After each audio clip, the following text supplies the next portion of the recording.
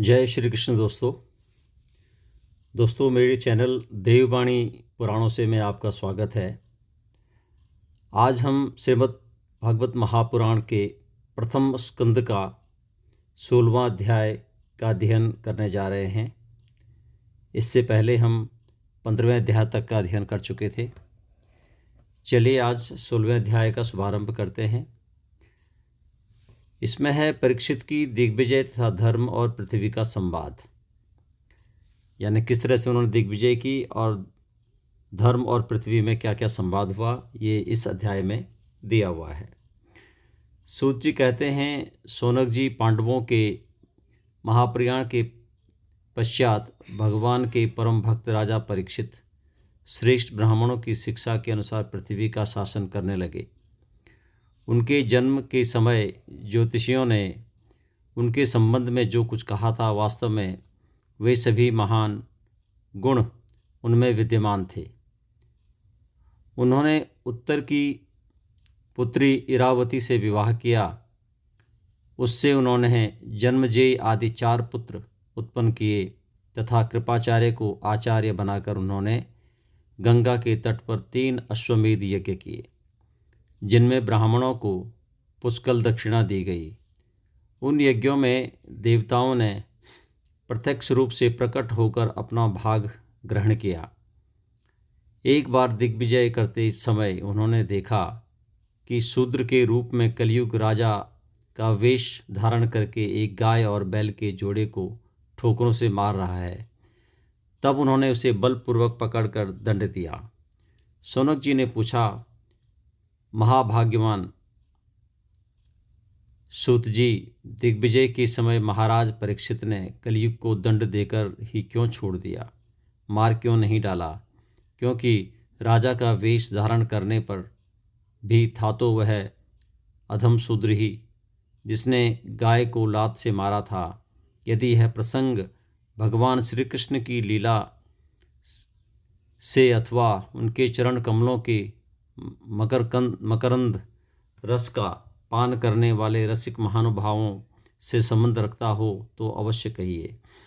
दूसरी, व्यर्थ की बातों में क्या लाभ, उनमें तो आय व्यर्थ ही नष्ट होती है। प्यारे सूत जी, जो लोग चाहते तो हैं मोक्ष, परंतु अल्पायु होने के कारण मृत्यु से ग्रस्त हो रहे हैं, उनके कल्याण के लिए भगवान यम का आवाहन करके उन्हें यहाँ शांति कर्म में नियुक्त कर दिया गया है।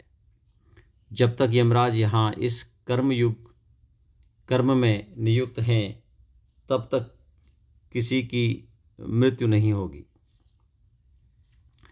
मृत्यु से ग्रस्त मनुष्यलोक के जीव भी भगवान की सुधातुल्य लीला कथा का पान कर सकें, इसलिए महर्षियों ने भगवान यम को यहाँ बुलाया है।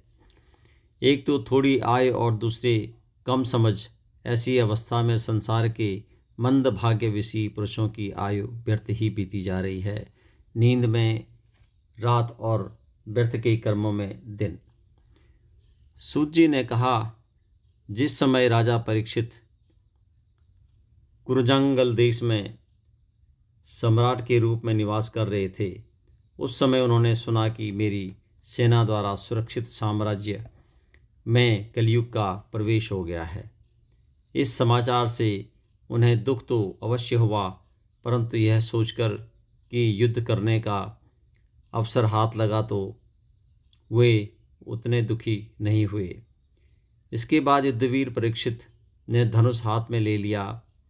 वे श्याम वर्ण के घोड़ों से जुते हुए सिंह की ध्वजा वाले सुसज्जित रथ पर सवार होकर दिग्विजय करने के लिए नगर से बाहर निकल पड़े। उस समय रथ, हाथी, घोड़े और पैदल सेना उनके साथ साथ चल रही थी। उन्होंने भद्रश्य, केतुमाल, भारत, उत्तर कुरु और किमपुरुष आदि सभी वर्षों को जीतकर वहाँ के राजाओं से भेंट कर ली थी। उन्हें उन देशों में सर्वत्र अपने पूर्वज महात्माओं का सुयश सुनने को मिला। उस यशोगान से पद पद पर भगवान श्री कृष्ण की महिमा प्रकट होती थी। इसके साथ ही उन्हें यह भी सुनने को मिलता था कि भगवान श्री कृष्ण ने अश्वत्थामा के ब्रह्मास्त्र की ज्वाला से किस प्रकार उनकी रक्षा की थी। यदुवंशी और पांडवों में परस्पर कितना प्रेम था तथा पांडवों की भगवान श्री कृष्ण में कितनी भक्ति थी। जो लोग उन्हें ये चरित्र सुनाने उन पर महाराजा राजा परीक्षित बहुत प्रसन्न होते। उनके नेत्र प्रेम से खिल उठते। वे बड़ी उदारता से उन्हें बहुमूल्य वस्त्र और मणियों के हार उपहार में देते। वे सुनते कि भगवान श्री कृष्ण ने प्रेम वश होकर पांडवों के सारथी का काम किया, उनके सभासद बने, यहाँ तक कि उनके मन के अनुसार काम करके उनकी सेवा की थी। उनके सखा तो थे ही, वो दूत भी बने। वे रात को शस्त्र ग्रहण करके वीरासन में बैठ जाते और शिवरण का पहरा देते। उनके पीछे पीछे चलते स्तुति करते तथा प्रणाम करते। इतना ही नहीं, अपने प्रेमी पांडवों के चरणों में उन्होंने सारे जगत को झुका दिया। तब परीक्षित की भक्ति भगवान श्री कृष्ण के चरण कमलों में और भी बढ़ जाती। इस प्रकार वे दिन दिन पांडवों के आचरण का अनुसरण करते हुए दिग्विजय कर रहे थे। उन्हीं दिनों उनके शिविर से थोड़ी ही दूर पर एक आश्चर्यजनक घटना घटी। वह मैं आपको सुनाता हूँ। धर्म बैल का रूप धारण करके एक पैर से घूम रहा था। एक स्थान पर उसे गाय के रूप में पृथ्वी मिली। पुत्र की मृत्यु से दुखिनी माता के समान उसके नेत्रों से आंसुओं के झरने झर रहे थे। उसका शरीर श्रीहीन हो गया था। धर्म पृथ्वी से पूछने लगा। धर्म ने कहा, कल्याणी, कुशल से तो हो ना? तुम्हारा मुख कुछ कुछ मलिन हो रहा है, तुम श्रीहीन हो रही हो।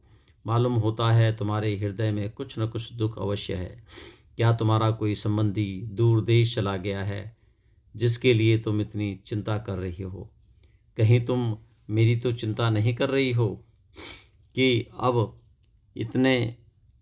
अब इसके पैर टूट गए, एक ही पैर रह गया है। संभव है तुम अपने लिए शोक कर रही हो कि अब शूद्र तुम्हारे ऊपर शासन करेंगे। तुम्हें इन देवताओं के लिए भी खेद हो सकता है जिन्हें अब यज्ञों में आहुति नहीं दी जाती, अथवा उस प्रजा के लिए भी जो वर्षा न होने के कारण अकाल एवं दुर्भिक्ष से पीड़ित हो रही।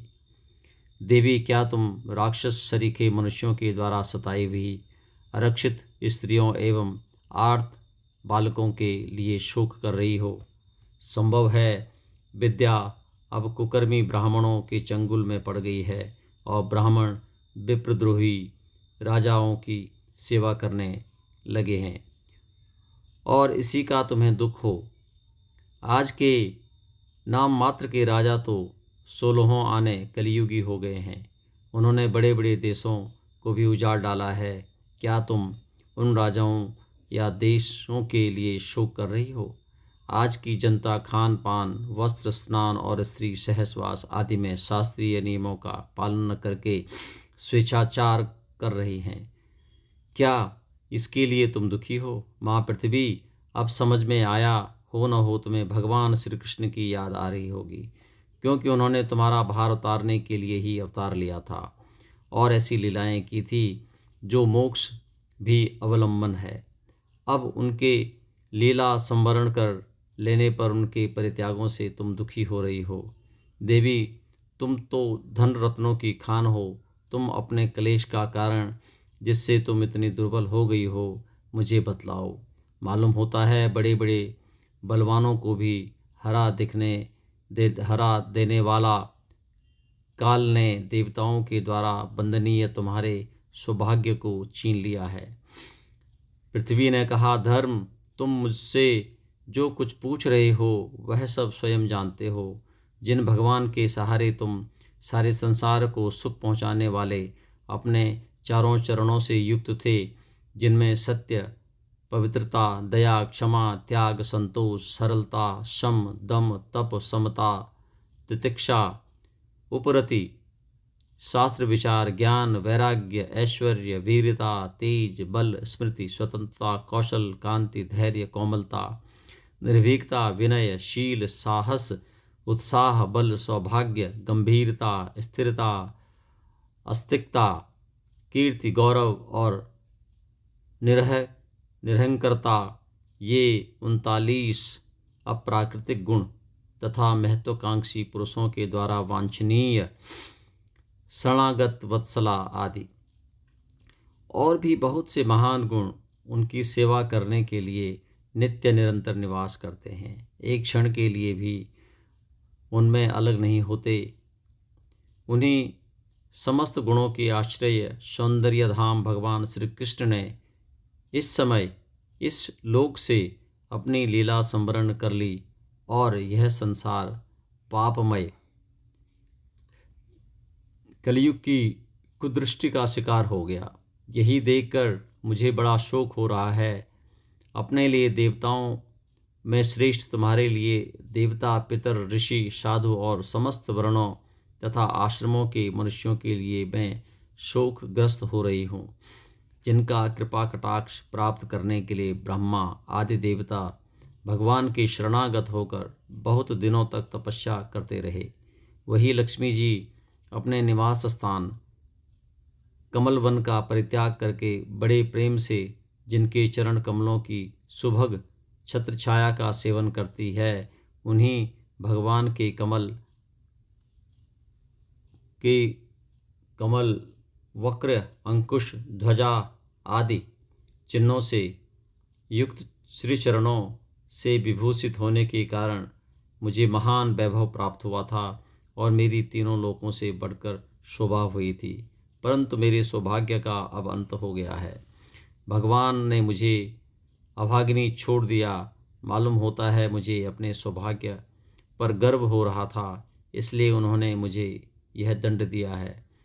तुम अपने 3 चरणों के कम हो जाने से मन ही मन कुढ़ रहे थे, अतः अपने पुण्यार्थ से तुम्हें अपने ही अंदर अतः अपने पुरुषार्थ से तुम्हें अपने ही अंदर पुनः सब अंगों से पूर्ण एवं स्वस्थ कर देने के लिए वे अत्यंत रमणीय श्याम सुंदर विग्रह से यदुवंश में प्रकट हुए और मेरे बड़े भारी भार को, जो असुरवंशी राजाओं की सैकड़ों अक्षौहिणी के रूप में था, नष्ट कर डाला, क्योंकि वे परम स्वतंत्र थे, जिन्होंने अपने प्रेम भरी चितवन, मनोहर मुस्कान और मीठी मीठी बातों से सत्यभामा आदि मधुमयी माननीयों के मान के साथ धीरज को भी छीन लिया था और जिनके चरण कमलों के स्पर्श से निरंतर आनंद से पुलकित रहती थी, उन पुरुषोत्तम भगवान श्री कृष्ण का विरह भला कौन सह सकते। धर्म और पृथ्वी इस प्रकार आपस में बातचीत कर रहे थे कि उसी समय राजर्षि परीक्षित पूर्व वाहिनी सरस्वती के तट पर आ पहुँचे। इसके बाद 17वां अध्याय प्रारंभ होता है प्रथम स्कंद का। 17वें अध्याय में महाराज परीक्षित द्वारा कलयुग का दमन किया जाता है। सूत जी कहते हैं, सौनक जी, वहाँ पहुंचकर राजा परीक्षित ने देखा कि एक राजवेशधारी शूद्र हाथ में डंडा लिए हुए है और गाय बैल के एक जोड़े को इस तरह पीटता जा रहा है जैसे उनका कोई स्वामी न हो। वह कमल तंतु के समान श्वेत रंग का बैल एक पैर से खड़ा कांप रहा था तथा शूद्र की ताड़ना से पीड़ित और भयभीत होकर मूत्र त्याग कर रहा था। धर्मोपयोगी दूध, घी आदि हविष्य पदार्थों को देने वाली वह गाय भी बार बार शूद्र के पैरों की ठोकरें खाकर अत्यंत दीन हो रही थी। एक तो वह स्वयं ही दुबली पतली थी, दूसरी उसका बछड़ा भी उसके साथ नहीं था। उसे भूख लगी हुई थी और उसकी आंखों से आंखों बहते जा रहे थे।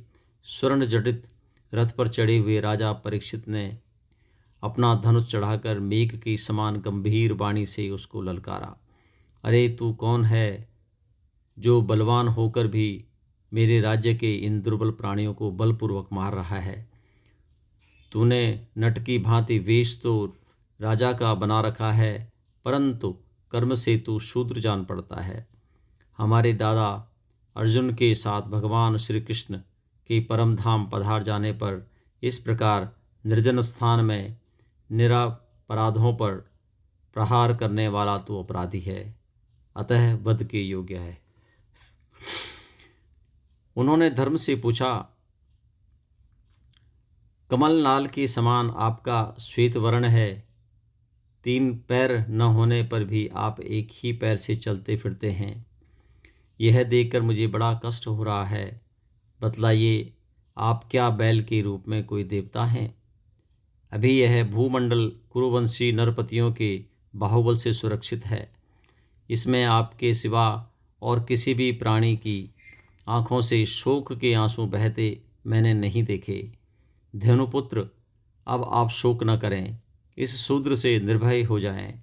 गोमाता, मैं दुष्टों को दंड देने वाला हूँ, अब आप रोएं नहीं, आपका कल्याण हो। देवी, जिस राजा के राज्य में दुष्टों के उपद्रव से सारी प्रजा त्रस्त रहती है, उस मतवाले राजा की कीर्ति, आयु, ऐश्वर्य और परलोक नष्ट हो जाते हैं। राजाओं का परम धर्म यही है कि वे दुखियों का दुख दूर करें। यह महादुष्ट और प्राणियों को पीड़ित करने वाला है, अतः मैं अभी इसे मार डालूंगा। सुरभिनंदन, आप तो 4 पैर वाले जीव हैं, आपके 3 पैर किसने काट डाले? श्री कृष्ण के अनुयायी राजाओं के राज्य में कभी कोई भी आपकी तरह दुखी न हो। वृषभ, आपका कल्याण हो। बताइए, आप कैसे निरपराध साधुओं का अंग भंग करके किस दुष्ट ने पांडवों की कीर्ति में कलंक लगाया है? जो किसी निरपराध प्राणी को सताता है, उसे चाहे वह कहीं भी रहे, मेरा भय अवश्य होगा। दुष्टों का दमन करने से साधुओं का कल्याण ही होता है। जो उदंड व्यक्ति निरपराध प्राणियों को दुख देता है, वह चाहे साक्षात देवता ही क्यों न हो, मैं उसका यादुबंध से माफ़ कीजिए, मैं उसकी वाजुबंद से विभूषित भुजा को काट डालूंगा। बिना आपत्ति के मर्यादा का उल्लंघन करने वाले, जो शास्त्रानुसार दंड देते हुए अपने धर्म में स्थित लोगों का पालन करना राजाओं का परम धर्म है। धर्म ने कहा, राजन, आप महाराज पांडु के वंशज हैं, आपका इस प्रकार दुखियों को आश्वासन देना आपके योग्य ही है, क्योंकि आपके पूर्वजों के श्रेष्ठ गुणों ने भगवान श्री कृष्ण को उनका सारथी और दूत आदि बना दिया था। नरेंद्र, शास्त्रों के विभिन्न वचनों से मोहित होने के कारण हम उस पुरुष को नहीं जानते जिससे क्लेशों के कारण उत्पन्न होते हैं। जो लोग किसी भी प्रकार के द्वैत को स्वीकार नहीं करते, वे अपने आप को ही अपने दुख का कारण बतलाते हैं। कोई प्रारब्ध को कारण बतलाते हैं तो कोई कर्म को, कुछ लोग स्वभाव को, कुछ लोग ईश्वर को दुख का कारण मानते हैं।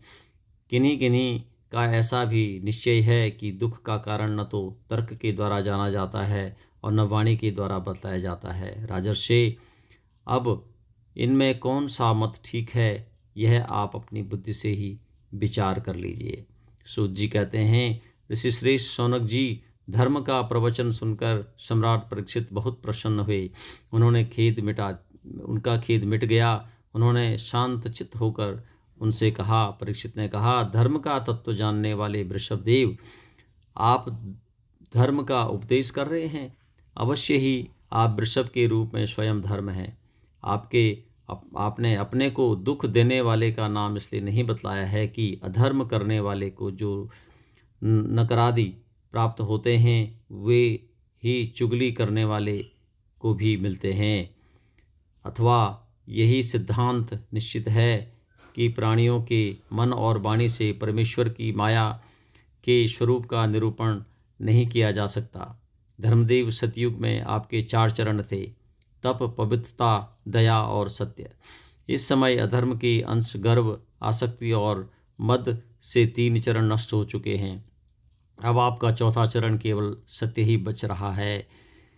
उसी के बल पर आप जी रहे हैं। असत्य से पुष्ट हुआ यह अधर्म रूप कलयुग उसे भी ग्रास कर लेना चाहता है। ये गौ माता साक्षात पृथ्वी हैं। भगवान ने इनका भारी बोझ उतार दिया था और ये उनके राशि राशि सौंदर्य बिखेरने वाले चरणा चिन्हों से सर्वत्र उत्सवमयी हो गई थी।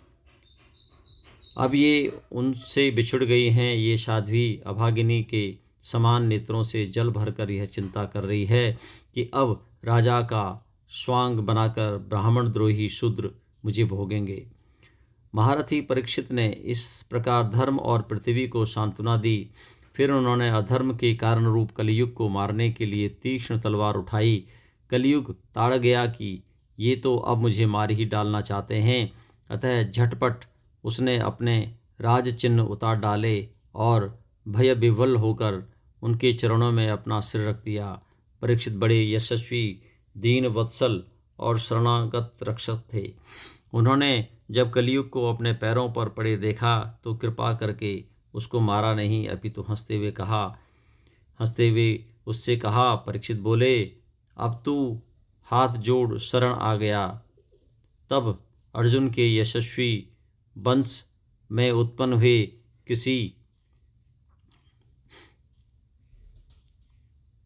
भी वीर से तुझे कोई भय नहीं है, परंतु तू अधर्म का सहायक है, इसलिए तुझे मेरे राज्य में बिल्कुल नहीं रहना चाहिए।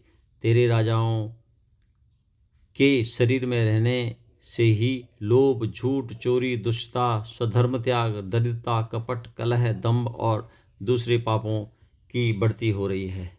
अतः अधर्म के साथी इस ब्रह्मावर्त में तू एक क्षण के लिए भी न ठहरना, क्योंकि यह धर्म और असत्य का निवास स्थान है। इस क्षेत्र में यज्ञ विधि के जानने वाले महात्मा यज्ञों के द्वारा यज्ञ पुरुष भगवान की आराधना करते हैं। इस देश में भगवान श्री हरि यज्ञों के रूप में निवास करते हैं। यज्ञों के द्वारा उनकी पूजा होती है और वे यज्ञ करने वालों का कल्याण करते हैं। वे सर्वात्मा भगवान वायु की भांति समस्त चराचर जीवों के भीतर और बाहर एक रस स्थित रहते हुए उनकी कामनाओं को पूर्ण करते हैं। सूत जी कहते हैं, परीक्षित जी की यह आज्ञा सुनकर कलयुग शहर उठा। यमराज के समान मारने के लिए उद्यत हाथ में तलवार लिए हुए परीक्षित से वह बोला। कली ने कहा, सार्वभौम, आपकी आज्ञा से जहाँ कहीं भी मैं रहने का विचार करता हूँ वहीं देखता हूँ कि आप धनुष पर बाण चढ़ाए हुए खड़े हैं। धार्मिक शिरोमणे, आप मुझे वह स्थान बतलाइए जहाँ मैं आपकी आज्ञा का पालन करता वहाँ स्थिर होकर रह सकूँ। सूत जी कहते हैं, कलयुग की प्रार्थना स्वीकार करके राजा परीक्षित उसे 4 स्थान दिए: दूत, मद्यपान, स्त्री संग और हिंसा। इन स्थानों में क्रमशः असत्य, मद, आसक्ति और निर्दयता, ये चारों प्रकार के अधर्म निवास करते हैं। उसने और भी स्थान मांगे, तब समर्थ परीक्षित ने उसे रहने के लिए एक और स्थान सुवर्ण धन दिया। इस प्रकार कलयुग के 5 स्थान हो गए: झूठ, मद, काम, वैर और रजोगुण। परीक्षित के दिए हुए इन्हीं 5 स्थानों में अधर्म का मूल कारण कली उनकी आज्ञाओं का पालन करता हुआ निवास करने लगा।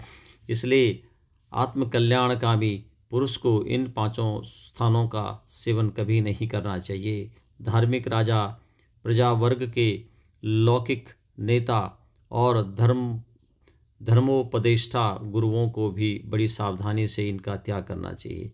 राजा परीक्षित ने इसके बाद वृषभ रूप धर्म के तीनों चरण तपस्या, शौच और दया जोड़ दिए और आश्वासन देकर पृथ्वी का संवर्धन किया।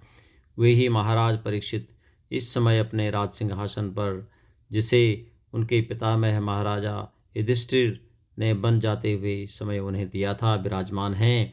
वे परम यशस्वी, सौभाग्य भाजन चक्रवर्ती सम्राट राजर्षि परीक्षित इस समय हस्तिनापुर में कौरव कुल की राजलक्ष्मी से शोभायमान हैं। अभिमन्युनंदन राजा परीक्षित वास्तव में ऐसे ही प्रभावशाली हैं जिनके शासनकाल में आप लोग इस दीर्घकालीन यज्ञ के लिए दीक्षित हुए हैं। जय श्री कृष्ण दोस्तों। 17वां अध्याय भी यहाँ पे इसकी इति होती है। अगला 18वां अध्याय में अगले वीडियो में आपको मैं अध्ययन करके सुनाऊंगा। तब तक के लिए बहुत बहुत धन्यवाद आपका। जय श्री कृष्ण।